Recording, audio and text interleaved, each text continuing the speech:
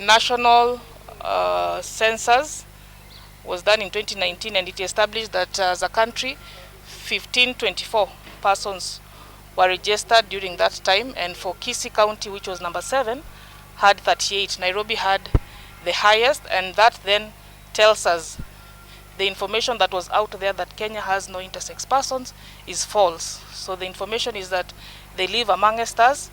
The challenges that they experience inhibit their realization of rights, and they're not able to then enjoy other rights that would help them be able to live fulfilled lives.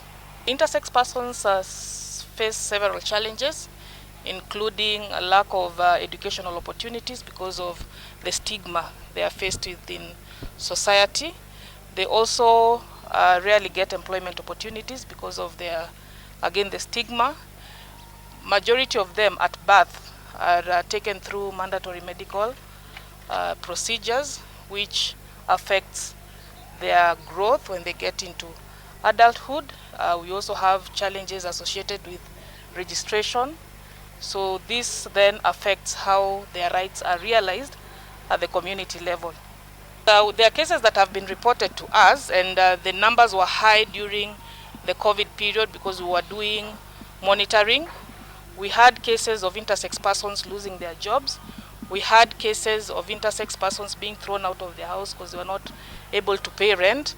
And we did an advisory to the Ministry of Labor requesting them to include intersex persons under the cash transfer program. So it's something that we're still following up. The Constitution, I would say yes, Article 27 on issues of equality, that is a good provision under the Constitution, but we need changes including the registration of births and deaths.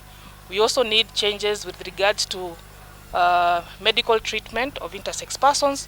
We also need changes within the Ministry of Labor to include intersex persons as vulnerable persons. Ministry of Education, they need to also train the children and also the teachers on how to take care of intersex persons in the society.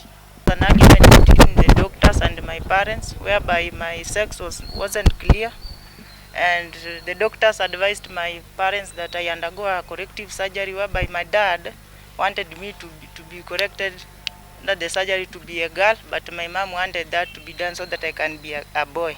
So that brought some arguments between my parents, whereby they broke up, and I was raised by my mother. And when it reached 2009, my mother died when I was in Form 1, and that's when my dad rejected me. So after my dad rejected me, I was raised by my grandmother. That's my mother's mother.